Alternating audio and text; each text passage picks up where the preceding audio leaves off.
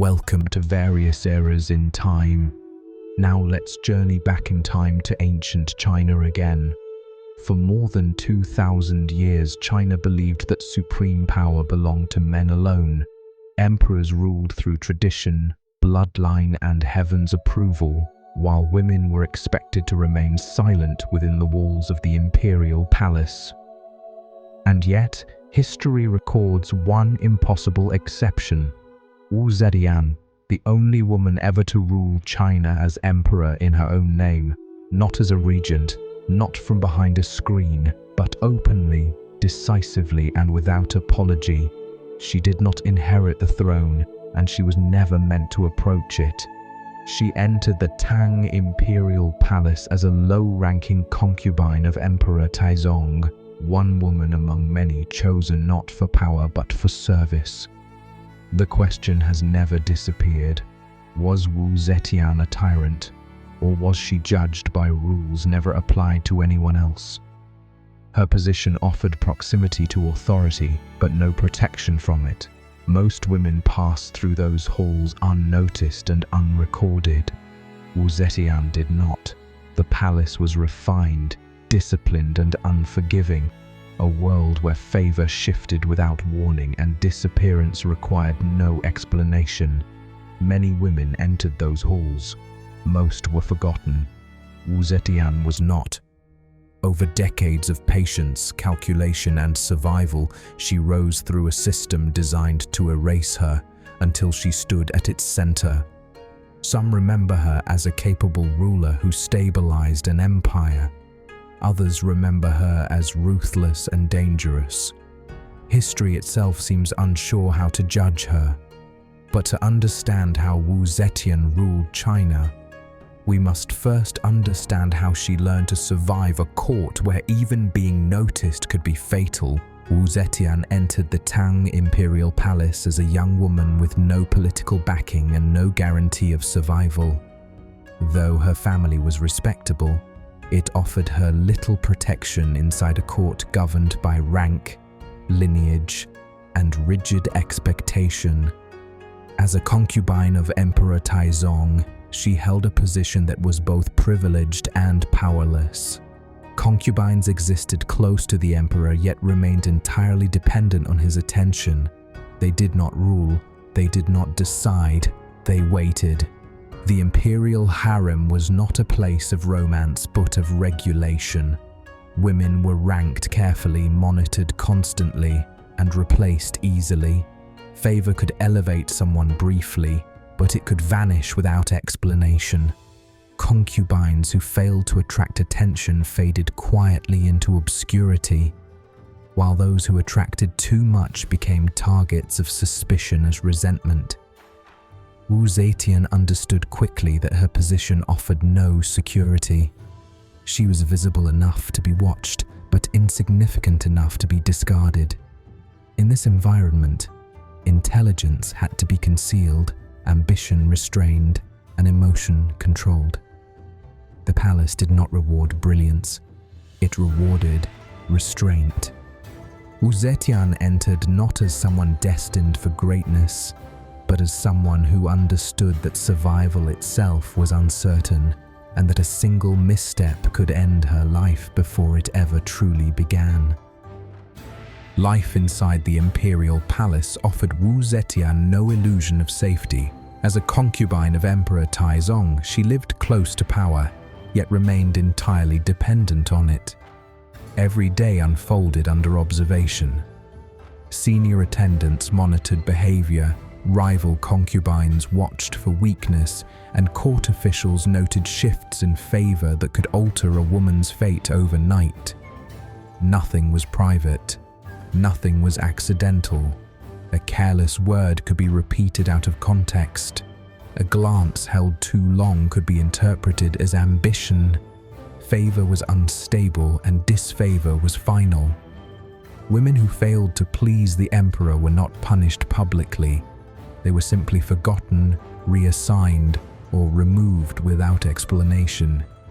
Competition was constant, but rarely visible. Alliances formed quietly and dissolved just as quickly. Wu Zetian learned that survival depended on restraint. She did not seek attention, nor did she withdraw entirely. She learned to move carefully through the court's rhythms, to observe without being seen, and to listen when others spoke too freely. She watched how rivals overreached and how confidence turned into vulnerability. The palace rewarded obedience, but it punished visibility. Wu Zetian understood that to endure, she had to remain present without becoming exposed. In a place designed to elevate and destroy with equal ease, she focused on one objective above all else: staying alive in an environment that expected her eventual disappearance. Wu Zetian's position in the palace ended not through failure, but through custom. When Emperor Taizong died, the court moved quickly to erase the presence of women who no longer served a political purpose. Concubines who had borne no sons were ordered to leave the palace and enter Buddhist convents, their connection to imperial life severed without debate. Wu Zetian was among them. There was no accusation, no farewell, and no appeal. One day she lived within the palace walls. The next, her name was removed from daily court life entirely. The departure was final in every official sense. Once sent away, women were not meant to return. The convent was designed to quiet ambition and dissolve memory. A place where former concubines disappeared from history without resistance. For Wu Zetian, the removal was more than exile. It was erased. Her access to power vanished. Her visibility ended. The skills she had learned inside the palace were suddenly useless. Beyond the convent walls, the empire continued, but she no longer belonged to it. For most women, this was the end of the story. But Wu Zetian did not accept disappearance as destiny. Though isolated, she remained attentive to events beyond her confinement. Power in the Tang court was shifting, and the death of Taizong had created uncertainty that tradition alone could not stabilize. Wu Zetian waited, not in hope, but in awareness, understanding that in a court ruled by change, even removal could prove temporary. Wu Zetian's return to the imperial palace was not a moment of triumph. It was a provocation. When Emperor Gaozong summoned her back from the convent, the decision unsettled the entire court. A former concubine of his father was not meant to re-enter palace life, let alone regain influence within it. Tradition had removed her once, and tradition did not expect to see her again. Her recall broke an unspoken boundary, signaling that rules which had governed the palace for generations could be bent under the right circumstances. Gaozong's reign began under the weight of uncertainty. His health was fragile, his authority less commanding than his father's, and the court around him fractured by competing factions eager to fill the space left by Taizong's death. Wu Zetian returned to a palace more dangerous than the one she had left. A court where stability was weakening and ambition was sharpening. Her presence immediately attracted hostility. Rival consorts viewed her as a threat. Officials questioned the emperor's judgment, and whispers spread through corridors that had once assumed her erased. Wu Zetian understood that her return offered no safety. It placed her under greater scrutiny than ever before. Every movement was watched, every decision was measured. But unlike before, she now understood how quickly position could be taken away, and how carefully it had to be defended. She did not rush forward. She did not challenge openly. She re-entered the palace quietly, aware that survival now depended not on remaining unnoticed, but on becoming indispensable in a court that could no longer afford instability. Wu Zetian's return to the palace placed her in close proximity to Emperor Gaozong at a moment when he needed stability more than tradition. Gaozong had inherited the throne, but not his father's certainty. His reign began under pressure from senior officials loyal to the old order, from rival consorts seeking influence, and from the unspoken expectation that he would rule decisively despite fragile health. Wu Zetian was familiar to him, not as a source of power, but as a presence marked by composure and attentiveness. Where others competed openly for favor, she offered reliability. Their relationship did not begin as a political strategy. It formed gradually through conversation, shared observation, and the simple fact that Wu Zetian remained steady in a court increasingly defined by instability. Gaozong began to trust her judgment. That trust grew into reliance. As his health declined, Wu Zetian's role expanded, not announced but practiced. She listened when officials argued, remembered details others overlooked, and offered counsel when others demanded authority. This shift alarmed the court. A woman once removed by custom was now influencing decisions at the center of the empire. Their relationship was no longer personal alone, it was political. Gaozong found in Wu Zetian something rare in his court: consistency. Wu Zetian found in Gaozong something equally rare: access.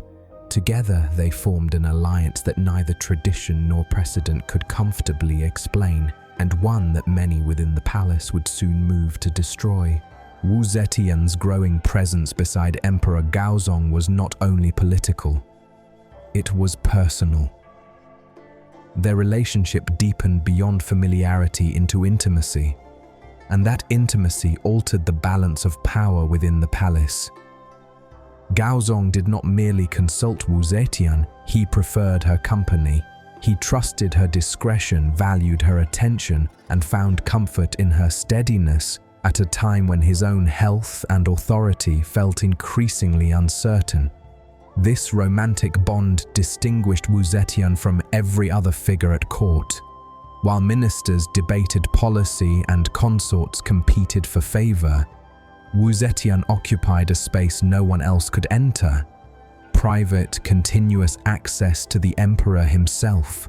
That access translated into influence. Conversations held away from formal court settings carried consequences just as real as official decrees. Wu Zetian listened when Gaozong spoke freely, advised when he hesitated, and supported him when others demanded control. Their relationship unsettled the palace because it blurred boundaries the court relied upon for stability. A former concubine of the previous emperor was now both the emperor's favored companion and his most trusted confidant. Rivals understood what this meant. Romantic closeness had become political power. Favor had become authority. And in a court where proximity determined survival, Wu Zetian's position was no longer precarious. It was dangerous to challenge. The woman once removed by tradition now stood beside the emperor not only as a consort, but as a partner in rule, and the palace began to shift around that reality. Wu Zetian's closeness to Emperor Gaozong did not go unnoticed, and it did not go unchallenged. Within the palace, her rise disrupted an order that depended on predictability and control. Wu Zetian was no longer merely favored, she was influential. Decisions once debated in open court were now shaped in private conversation.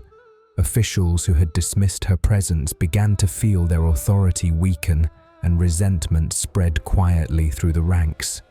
Empress Wang and consort Xiao understood that Wu Zetian's relationship with Emperor Gaozong was no longer temporary or private. It was shaping decisions, appointments, and the rhythm of governance itself. The palace became tense, divided by whispered alliances and silent calculations. Every faction understood what was at stake. If Wu Zetian remained, the balance of power would collapse. Accusations began to circulate openly. not as rumors but as formal charges, framed as concern for the emperor's judgment and the stability of the dynasty. Wu Zetian was accused of manipulation, of ambition beyond her station, and of undermining proper order. Court officials were forced to choose sides, knowing neutrality would not protect them. Wu Zetian did not respond emotionally. She remained visible, composed, and deliberate, allowing her rivals to expose themselves through desperation. As pressure mounted, the palace atmosphere grew brittle. Loyalty fractured, trust dissolved. Emperor Gaozong watched as those who claimed to protect tradition moved to control him instead. The crisis was no longer about Wu Zetian alone. It had become a test of authority, who truly ruled and who merely pretended to. When rivals attempted to force her removal, they misjudged both her position and the emperor's resolve. One by one, her enemies lost favor, influence, and protection. Some were removed from court. Others disappeared from political life entirely. Wu Zetian did not need to announce her power. The court learned it through consequence. By the time opposition quieted, it was no longer because resistance had succeeded. It was because resistance had failed. Wu Zetian had survived direct attack, and in doing so had crossed an invisible threshold. She was no longer merely tolerated, she was feared. The conflict between Wu Zetian and her rivals did not unfold through open confrontation. In the Tang court, power was rarely seized directly. It was redirected, constrained, and suffocated through procedure. Empress Wang and consort Xiao understood this well. They did not attack Wu Zetian as a rival woman, but as a political problem. Their first tactic was legitimacy. They framed Wu Zetian's influence as a violation of Confucian order, warning that her closeness to Emperor Gaozong undermined ritual hierarchy and threatened dynastic stability. These concerns were delivered not as accusations, but as counsel, memorials submitted through proper channels, signed by officials whose loyalty lay with tradition. Their second tactic was isolation. They attempted to limit Wu Zetian's access to the emperor, encouraging Gaozong to rely instead on senior ministers and established consorts. Court schedules were manipulated. Audiences were redirected. Influence was contested quietly, hour by hour. When restraint failed, escalation followed. Wu Zetian was accused of manipulation, of ambition beyond her station, and of exerting control over the emperor's judgment. Each accusation was designed to sound reasonable, even protective. This was not chaos, it was strategy. But political warfare carries risk. The more Empress Wang and consort Xiao pressed their case, the more visible their opposition became. In attempting to restrain Wu Zetian, they revealed the extent of their own power and their willingness to challenge the emperor's authority itself. Gaozong observed this struggle closely. What began as concern for ritual had become an attempt to govern through pressure. In that realization, the balance of the conflict shifted. The court was no longer deciding Wu Zetian's fate. It was exposing its own. The struggle that had unfolded within the Tang court could not remain unresolved. Political warfare, once exposed, demanded conclusion. Empress Wang and consort Xiao had pressed their campaign as far as it could go, believing that tradition, procedure, and moral authority would restrain Wu Zetian's rise. Instead, their tactics revealed a deeper fracture within the court, one that Emperor Gaozong could no longer ignore. What began as counsel had become coercion.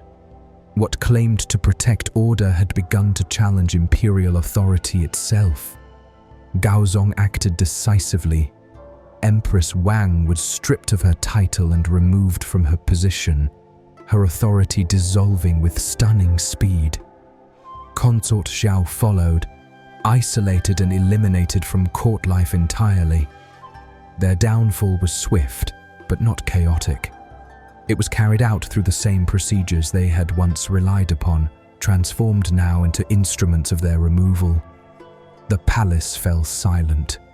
Officials adjusted their language, recalculated loyalties, and learned from the consequences unfolding before them. Wu Zetian's elevation followed not as a celebration, but as a resolution. When she was declared empress, it marked the end of uncertainty. The court did not rejoice. It adapted. Those who had opposed her retreated.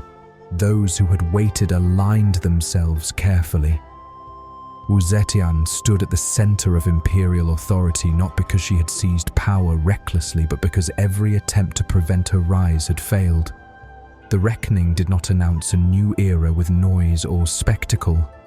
It announced it with stillness. The court understood what had changed, and more importantly, what could no longer be undone. To understand why the fall of Empress Wang and consort Xiao marked the end of internal political warfare, it is important to understand who they were within the Tang court. Empress Wang was Emperor Gaozong's official wife, elevated according to tradition and supported by powerful families who believed stability depended on established hierarchy. Consort Xiao, once favored by the emperor, represented a competing faction within the palace, ambitious, influential, and deeply invested in preserving her own position. Together, they embodied the old balance of court power, where authority flowed through lineage, ritual, and long-standing alliances rather than individual capability. Their opposition to Wu Zetian was not personal alone, it was structural. They sought to defend a system that excluded her by design. When both women were removed and executed, it did more than eliminate rivals. It dismantled the final organized resistance within the palace. The factions that had fueled conflict collapsed overnight. Officials who had relied on traditional power structures found themselves without protection. The court entered a new phase, one defined not by competing centers of influence but by consolidation. Wu Zetian did not inherit a divided court. She presided over a silenced one. With opposition eliminated and the old order broken, the palace returned to outward stability, but it was a stability reshaped by consequence. From this point forward, power no longer shifted through rivalry. It flowed through proximity to Wu Zetian and the emperor. The internal war had ended. What remained was governance, and a question that now hovered quietly over the Tang Dynasty. What would happen when authority no longer needed to defend itself? With the internal conflict resolved, the Tang court entered a period of outward calm, but power within it had fundamentally changed. Wu Zetian now stood beside Emperor Gaozong, not as a contested presence, but as a governing force. His health continued to decline, marked by long absences, physical weakness, and increasing reliance on those closest to him. In this vacuum, Wu Zetian's role expanded naturally and quietly. She reviewed petitions, listened to disputes, and absorbed the mechanics of governance with the same discipline that had sustained her through palace warfare. Officials soon realized that decisions no longer passed through the emperor alone. Wu Zetian's approval carried weight. Her memory was precise, her judgment consistent, and her expectations clear. The court adapted quickly. Ministers began directing matters to her attention, not because they were ordered to, but because efficiency demanded it. Authority shifted without announcement. There were no proclamations declaring her dominance, only results that confirmed it. Yet this new phase carried its own tension. Wu Zetian understood that influence gained through necessity could still be questioned. Stability depended on competence, not fear. Every decision she made was measured not only for its outcome, but for its perception. She governed carefully, balancing firmness with restraint, knowing that the court remembered how quickly favor could turn to hostility. Wu Zetian had survived removal, opposition, and war. Now, ruling beside the emperor, she faced a new challenge, proving that power earned through survival could also sustain an empire. As years passed, Emperor Gaozong's presence at the center of the Tang Dynasty grew increasingly fragile. Illness confined him for long stretches, limiting his ability to preside over court or manage the daily demands of rule. Absences that were once temporary became routine. During these periods, governance could not pause, and it did not. Wu Zetian stepped forward, not through declaration, but through necessity. She chaired audiences, reviewed memorials, and issued decisions in the emperor's name, maintaining the outward form of shared rule while exercising its substance alone. The court adjusted with little resistance. Officials who had once hesitated now sought her judgment directly, aware that authority flowed where action occurred. Wu Zetian's command of administration became unmistakable. She remembered names, disputes, and precedents with precision, rewarding competence and correcting failure without hesitation. Stability returned to the empire, not through fear, but through predictability. Yet this transition carried an unspoken tension. Everyone understood that the emperor still lived, and tradition still mattered, but tradition was being sustained by a woman who had never been meant to embody it. Wu Zetian ruled carefully, preserving the appearance of continuity even as reality shifted beneath it. By the time Gaozong's health declined further, the question within the court was no longer whether Wu Zetian governed, but whether anyone else truly could. Power had not been seized.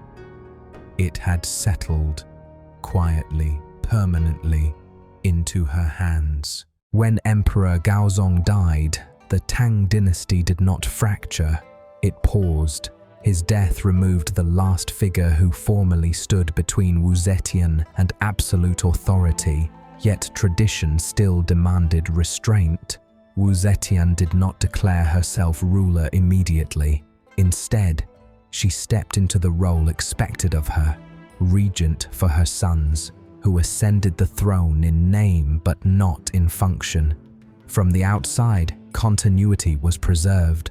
The dynasty remained intact. Rituals continued. Decrees were issued in the emperor's name. But within the palace, the reality was unmistakable.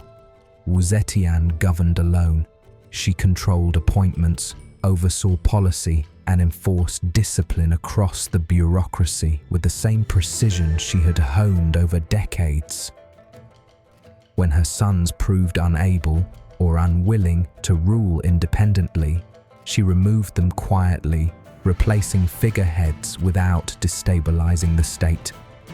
The court, having already adapted to her leadership, offered little resistance. Stability mattered more than lineage now. Wu Zetian ruled carefully during this period, strengthening institutions, rewarding loyalty, and eliminating lingering threats to centralize control. Each decision reinforced a truth the court had come to accept. The empire functioned because she governed it. Titles mattered less than results. By the time Wu Zetian moved to formalize her authority, the transition felt less like a revolution than a recognition. Power had already changed hands. What remained was to name it. Wu Zetian did not remove her sons simply because she desired the throne. Each was elevated according to tradition, placed on the imperial seat with the expectation that authority would eventually pass from regency into independence. But from the beginning, their rule existed under strain, raised within a court dominated by their mother's authority. The young emperors lacked both political experience and the confidence to command a bureaucracy already accustomed to Wu Zetian's decisive governance. Officials did not look to them for leadership. They waited for her direction. This imbalance bred resentment and insecurity. Surrounded by ministers who whispered that imperial blood, not maternal control, legitimized rule, Wu Zetian's sons faced constant pressure to assert themselves, even when they lacked the ability to do so. Some became passive, allowing factions to operate unchecked in their name. Others attempted to reclaim authority prematurely, influenced by advisors who promised restoration of proper order if Wu Zetian were removed. Court records describe accusations of conspiracies forming around the throne, involving officials who sought to use the emperor's title as a weapon against her regency. Whether every plot was real or later exaggerated, the atmosphere of instability was undeniable. Governance stalled, factions re-emerged. The clarity that had defined the court under Wu Zetian's direct rule began to fracture. For the empire, this was not a family dispute. It was a return to dangerous uncertainty. Wu Zetian responded with the same principle that had guided her survival for decades. The state came before sentiment. Sons who could not govern or who became conduits for division were removed. The court accepted these decisions not with outrage but with resignation. By then, the truth was impossible to deny. The empire did not function because of lineage. It functioned because of her. Wu Zetian did not seize the throne in a moment of chaos. She stepped into it after decades of preparation, survival, and governance. By the time she made her decision, the court had already accepted a reality it no longer questioned. The empire functioned because she ruled it. In 690 CE, Wu Zetian ended the pretense of regency and declared herself emperor, founding a new dynasty she named Zhou. Their announcement was unprecedented, but it was not resisted. Officials who had once defended tradition now performed the rituals required to legitimize her rule. Titles were adjusted, language shifted. History itself was rewritten to accommodate a truth that could no longer be denied. Wu Zetian adopted the title Huangdi, placing herself within a lineage that had never imagined a woman at its center. To secure legitimacy, she invoked heaven, prophecy, and Buddhist symbolism, presenting her rule not as rebellion, but as fulfillment of cosmic order. The court complied. Resistance, long exhausted, did not reappear. What shocked later generations was not that Wu Zetian declared herself emperor. It was that the empire accepted it. The transition revealed something unsettling about power in Imperial China. Authority did not belong solely to tradition or gender. It belonged to competence, control, and the ability to maintain order. Wu Zetian had proven all three. When she sat upon the throne, she did not inherit chaos. She inherited a system she had already mastered. The unthinkable had occurred not through force, but through inevitability. China now had an emperor, and she was a woman. When the accusations are set aside and the moral arguments grow quiet, what remains is the record of Wu Zetian's rule itself, measured not by expectation, but by outcome. Her reign did not descend into chaos. It endured. Under her authority, the Tang Empire remained stable. administratively coherent, and largely free from the internal collapse that often followed periods of concentrated power. Wu Zetian strengthened the civil service system, expanding merit-based appointments and reducing the dominance of hereditary aristocratic clans that had long governed by birth rather than ability. This shift broadened access to government and improved administrative efficiency across the empire.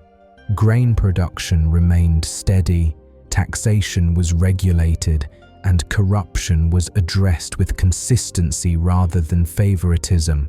These were not symbolic achievements, they were practical ones, felt daily by officials and citizens alike. Wu Zetian also promoted Buddhism as a unifying force, using it to reinforce social cohesion and legitimize imperial authority in a way that reached beyond court politics. Though her methods were firm, they produced predictability. And in an empire of vast size and diversity, predictability meant peace. When her health declined and power eventually transitioned, the state did not fracture.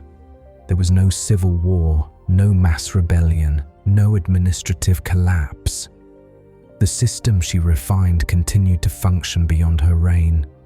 Whatever judgments history would later attach to her name, the reality was unavoidable. Wu Zetian governed effectively. Her authority held not because it was feared alone, but because it worked. Wu Zetian's life reminds us that history is not shaped only by those who inherit power, but by those who endure long enough to redefine it. She rose from obscurity, survived a palace that consumed rivals, and ruled an empire that never intended to accept her. Her reign was not perfect, but it was effective.